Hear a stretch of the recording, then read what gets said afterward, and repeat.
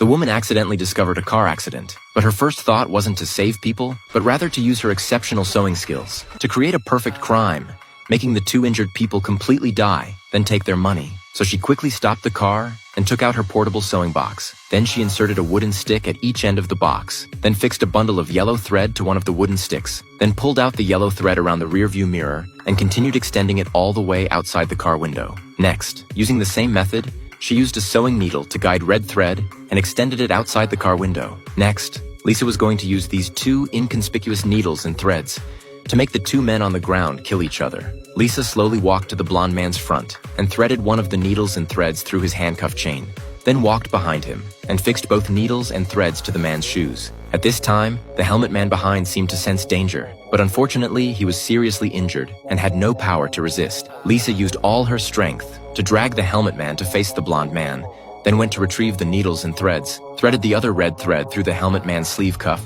then pulled both threads and walked forward. She prepared to wrap the ends of the two threads around both men's guns respectively. After everything was ready, Lisa returned to the car and pressed the gas pedal to the floor. For a moment, the spools of the two thread reels began spinning frantically. After just under 10 seconds, both bundles of thread had been completely unwound, but Lisa was still accelerating frantically. At this time, both guns were also pulled by the threads and moved forward rapidly. The two guns reached both men's hands almost simultaneously.